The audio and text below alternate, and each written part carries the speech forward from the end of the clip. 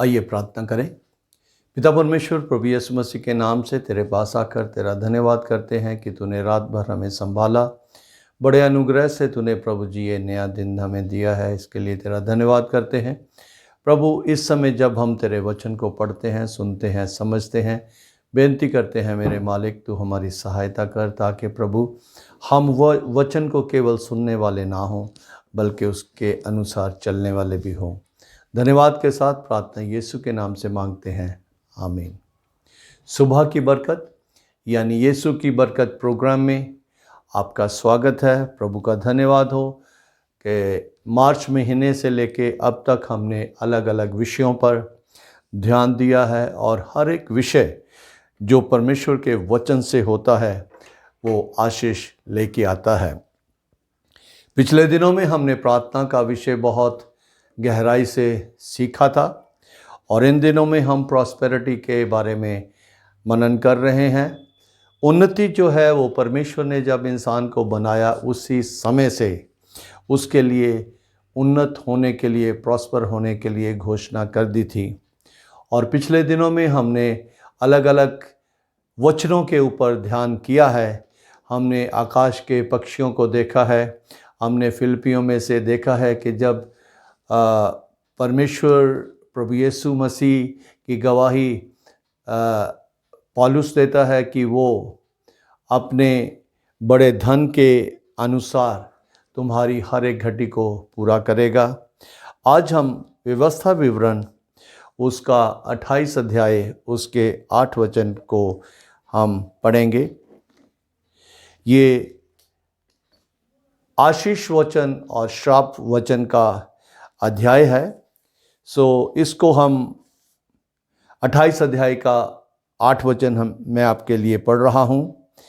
तेरे खत्तों पर और जितने कामों में तू हाथ लगाएगा उन सबों पर यहोवा आशीष देगा। इसलिए जो देश तेरा परमेश्वर यहोवा तुझे देगा उसमें वह तुझे आशीष देगा। मेरे और आपके परमेश्वर का ये वायदा है कि जहाँ भी हम रहेंगे वहाँ पर परमेश्वर आशीष देगा। क्योंकि यहोशू की किताब उसका पहले अध्याय के शुरुआती वचनों में हम देखते हैं कि वहाँ परमेश्वर यहोशू से क्या करता है। वहाँ पे इस तरह से यहोशू से वो वायदा करता है, उस वचन के अनुसार जो मैंने मूसा से कहा था, अर्थात जिस जिस स्थान पर तुम पाँव धरोगे वो सब मैं तुम्हें दे देता हूँ। पहले से ही परमेश्वर ने प्रॉस्पेरिटी की घोषणा अपने लोगों के लिए की हुई है। एक राजा है जिसका नाम मिडास है। उसने एक बार अपनी इच्छा को प्रकट किया और उसने कहा कि मैं चाहता हूँ कि मैं जिस चीज़ को भी छूं वो सोने की बन जाए। और वैसा ही उसके जीवन में हो गया। वो जिस जिस चीज़ को छूता था वो सोने की बन जाती थी। और यहाँ तक कि उसने अगर भोजन को छुआ है तो भोजन भी जो है वो सोने का बन गया। वृक्षों को उसने छुआ तो वो सोने के बन गए। उसने अपने महल को छुआ तो वो सोने का बन गया। वो जिस चीज़ को भी छूता था वो सोने की बन जाती थी। एक दिन उसने अपनी बेटी को, जिससे वो बहुत ही ज़्यादा प्रेम करता था, उसको उसने हग किया और वो सोने की हो गई। अब ये सब कुछ जो है वो इस तरह से हुआ क्योंकि उसने ऐसा होने के लिए अपनी इच्छा को प्रकट किया। लेकिन आप जिस परमेश्वर को मानते हैं, जिसकी आराधना करते हैं, उसकी आशीष जो है उसका किसी भी तरह से कोई भी साइड इफ़ेक्ट नहीं है। दवाइयों का साइड इफ़ेक्ट होता है। अगर हम ज़्यादा भोजन खा लें उसका भी साइड इफ़ेक्ट होता है, ना खाएं उसका भी साइड इफ़ेक्ट होता है। लेकिन परमेश्वर की आशीषें जो हैं, जब परमेश्वर आशीष देता है उसका कोई भी साइड इफ़ेक्ट नहीं होता। परमेश्वर ने इस बात को कहा है कि जिस भी काम को तुम हाथ लगाओगे वो उन्नत होगा, क्योंकि वो सारा इलाका जिसमें तुम रहते हो मैं तुम्हें देता हूँ। हमने पिछले दिनों में देखा कि जब प्रभु यीशु मसीह ने उन रोटियों को हाथ लगाया, उनमें बहुतायत से आशीष हो गई, और लिखा है कि 5,000 मनुष्यों ने जिनमें बच्चों और स्त्रियों की गिनती नहीं है, वो सब खा के तृप्त हुए और 12 टोकरे बच गए। यीशु के हाथ में बहुत शक्ति है, यीशु के हाथ में बहुत ही उन्नति है, प्रॉस्पेरिटी है।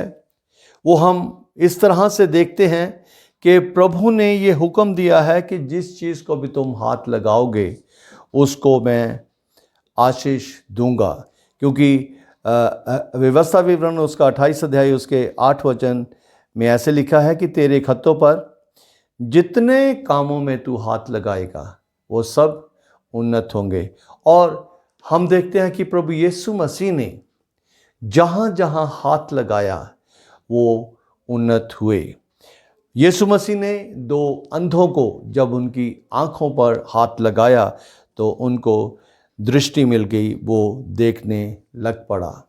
उसी तरह से हम जब अपनी चीज़ों के लिए परमेश्वर की घोषणा, परमेश्वर की आशीष की घोषणा करते हैं तो आशीष होती है। अगर मैं गिटार बजा रहा हूँ और उस गिटार को मैं प्रभु के नाम से आशीष देता हूँ, तो उस गिटार में से इतनी अच्छी सुरीली आवाज़ निकलेगी जिससे यीशु की महिमा हो। ऑर्गन मैं जब बजाता हूँ, इसमें से अकॉर्डियन जब मैं बजाता हूँ, तो इन सारी चीज़ों को जब हम हाथ लगाते हैं तो आशीषित हो जाती हैं। मेरे अजीज़ों, अगर हम परमेश्वर के वचनों पर विश्वास करते हैं, जैसा कि उसने फिलिपियों की पत्री में कहा है कि वह तेरे हर एक काम में, तेरी हर एक ज़रूरत को वो पूरा करेगा। अगर हमारा बिजनेस है, उसके ऊपर हम परमेश्वर की आशीष की घोषणा करते हैं तो वो आशीषित होगा। हम अपने परिवार पर आशीष की घोषणा करते हैं तो वो आशीषित होगा। हम बीमार के ऊपर हाथ रखते हैं तो वो चंगे हो जाते हैं। ये इम्पार्टेशन जो है, आशीष की इम्पार्टेशन जो है, वो परमेश्वर हमारे जीवनों में प्रकट करता है। प्रभु यीशु मसीह ने जब उस विधवा के बेटे की लाश को हाथ लगाया तो वो जीवित हो गया, वो बातें करने लगा। अजीजों, मुझे और आपको इस बात को समझना है कि परमेश्वर जो है वो उसने प्रभु यीशु मसीह के द्वारा हमें सारे अधिकार दिए हैं। प्रभु यीशु मसीह ने यहाँ तक कहा है कि जो काम तुम मुझे करते देखते हो तुम भी करोगे, वरन उससे भी बड़े बड़े काम करोगे, क्योंकि परमेश्वर ने हमें जब बनाया उसी वक्त से उसने हमें आशीष का पात्र बना दिया। हम इन बातों को बहुत ही ध्यान से अगर पढ़ते हैं तो परमेश्वर का वचन जो है हमारे जीवनों में कार्य करता है। मत्ती की अंजील उसका 9 अध्याय उसके 28 से लेके 30 वचन को हम पढ़ते हैं। मत्ती की अंजील उसका 9 अध्याय उसके 28 वचन से लेके 30 वचन तक यहाँ पे इस तरह से लिखा है। जब वे घर पहुंचा तो वे अंधे के पास आए और उसने उनसे कहा, क्या तुम्हें विश्वास है कि मैं ये कर सकता हूँ? उन्होंने उससे कहा, हाँ प्रभु। तब उसने उनकी आंखें छूकर कहा, तुम्हारे विश्वास के अनुसार तुम्हारे लिए हो जाए। बहुत बार जब चर्च में लोग आते हैं तो हर एक के ऊपर हाथ नहीं रखा जाता, क्योंकि समय नहीं होता या प्रभु का आत्मा जो है अगुवाई नहीं करता। लेकिन जब बीमार के ऊपर हाथ रखे जाते हैं तो वो उसके शरीर में चंगाई आती है, क्योंकि परमेश्वर ने कहा है कि जब हम जहाँ भी हम हाथ रखेंगे परमेश्वर उसको आशीषित करेगा। लूका की अंजील उसका 7 अध्याय उसके 12 से 15 वचन में हम देखते हैं कि वहाँ किस तरह से लिखा है। लूका की अंजील उसका 7 अध्याय उसके 12 से लेके 15 वचन तक इस तरह से लिखा है। जब वो नगर के फाटक के पास पहुंचा तो देखो, लोग एक मुर्दे को बाहर लिए जा रहे थे, जो अपनी माँ का इकलौता पुत्र था और वह विधवा थी, और नगर के बहुत से लोग उसके साथ थे। उसे देखकर प्रभु को तरस आया और उसने कहा, मत रो। तब उसने पास आकर उस अर्थी को छुआ और उठाने वाले ठहर गए, और उसने कहा, हे जवान, मैं तुझसे कहता हूँ, उठ। तब वह मुर्दा उठ बैठा और बोलने लगा। वो मुर्दा था, लेकिन यीशु ने जब उसको हाथ लगाया वो उठ के बैठ गया और बोलने लगा। मेरे अजीजों, उसी वक्त हम इस मोजज़े को होते हुआ जब देखते हैं तो लोग जो थे वहाँ पे देख रहे थे वो हैरान हो गए, क्योंकि ऐसा कार्य किसी ने भी नहीं किया था।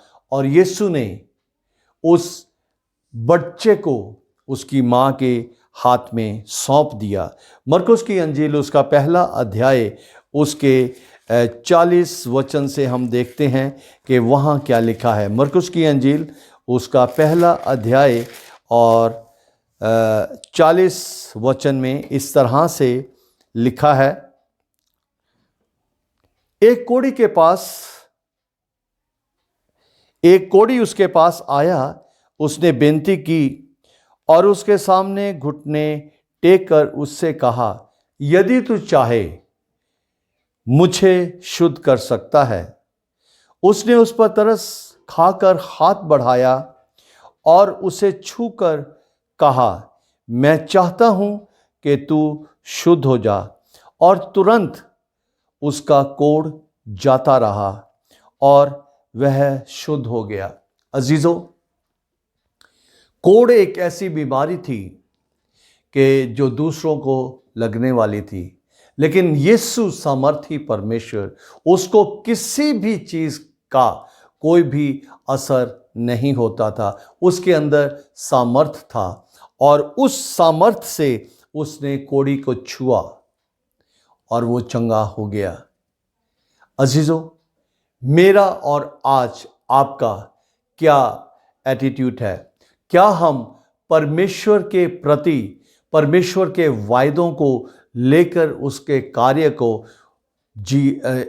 हम अपने जीवन में पूरा कर रहे हैं? प्रभु यीशु मसीह ने हमें बहुतायत का जीवन दिया है, और वो केवल इसलिए दिया है ताकि हम उस जीवन को इस पृथ्वी पर जिएं और परमेश्वर के नाम को हम महिमा दें। प्रॉस्पेरिटी जो है हमें किसी एक क्षेत्र में नहीं मिलती। प्रॉस्पेरिटी परमेश्वर के लोगों को हर एक क्षेत्र में मिलती है, क्योंकि चाहे वो हमारे दिमागी बात हो, हमारी शारीरिक बात हो, हमारे परिवार की बात हो, हमारे व्यवसाय की बात हो, कोई भी बात क्यों ना हो, अगर हम यीशु की बात को मानते हैं। मैं बार बार इस बात को दोहराता हूं कि प्रभु यीशु मसीह ने यूहन्ना की अंजील उसके 15 अध्याय के 7 वचन में कहा कि यदि तो मुझ में और मेरा वचन तुम में बना रहे, जो चाहो मांगो वो तुम्हारे लिए हो जाएगा। अजीजों, प्रॉस्पेरिटी हमारा अधिकार है। हम किसी भी तरीके से किसी भी फील्ड में कमज़ोर नहीं रह सकते अगर हम परमेश्वर के वायदों को अपने जीवन के लिए, अपने परिवार के लिए, अपनी कलीसिया के लिए, अपने व्यवसाय के लिए लेते हैं। परमेश्वर बहुतायत से आशीष देता है। आइए प्रार्थना करें। पिता परमेश्वर, तेरा धन्यवाद करते हैं तेरे लोगों के लिए जो लगातार प्रभु जी तेरे वचन को सुनते हैं। बहुतायत से सबको आशीष दे। यीशु के नाम से मांगते हैं, आमीन। सबको जय मसीह की।